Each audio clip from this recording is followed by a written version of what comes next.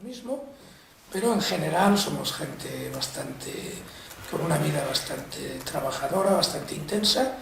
Nuestra vida normal es el lunes nos vamos a Bruselas o a Estrasburgo. Si yo no hubiera venido hoy aquí, en estos momentos estaría volando. Como he venido aquí, volaré a las 3 de la tarde, pero digamos que no cambia mucho la cuestión. Volvemos al sitio de cada cual en el jueves por la tarde-noche, muy raramente el viernes por la mañana, pero también puede ser. Pasamos el fin de semana en el lugar correspondiente y normalmente pues dedicamos algo de vida política partidaria durante ese fin de semana, es decir, que vivimos en 2 países cada semana.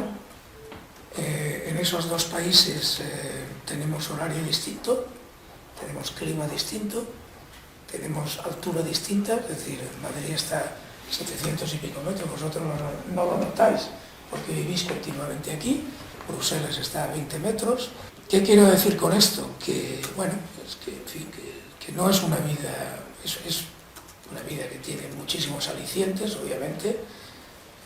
Yo creo que, sin excepción, estamos trabajando en lo que nos gusta, tenemos buenas condiciones de trabajo, vivimos razonablemente bien, pero la mayoría somos responsables, cumplimos con nuestra función y trabajamos. Y